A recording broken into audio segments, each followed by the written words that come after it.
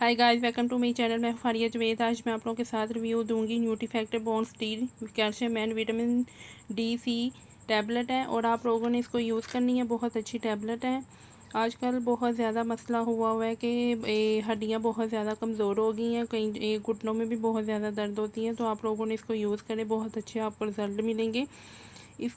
ये दूसरी बोतल है, इसलिए मुझे इसके अच्छे रिज़ल्ट मिले हैं तो आपके साथ मैं शेयर कर रही हूँ। तो ये देखिए, इसमें 60 टैबलेट हैं। तो ये 919 की है। तो इसको आपने इस्तेमाल करने के बाद इसका ढक्कन ऊपर से आपने अच्छी तरह बंद कर देना है। तो आप इसको जब मर्ज़ी यूज़ कर सकती हैं। फूड सप्लीमेंट है ये। तो आप लोगों ने जब इसको यूज़ करनी है तो आपने इसको मॉर्निंग नाश्ते के बाद या आप दोपहर को आप इसको यूज़ कर सकती हैं। आप इसको सुबह मॉर्निंग में भी यूज़ कर सकती हैं, लेकिन आप इसको रात को मत यूज़ करें।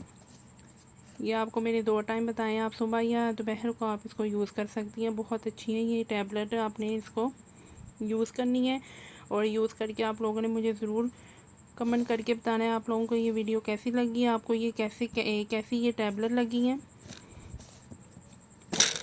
तो मैं अंदर से दिखाती हूँ। ये देखें, वाइट कलर की है।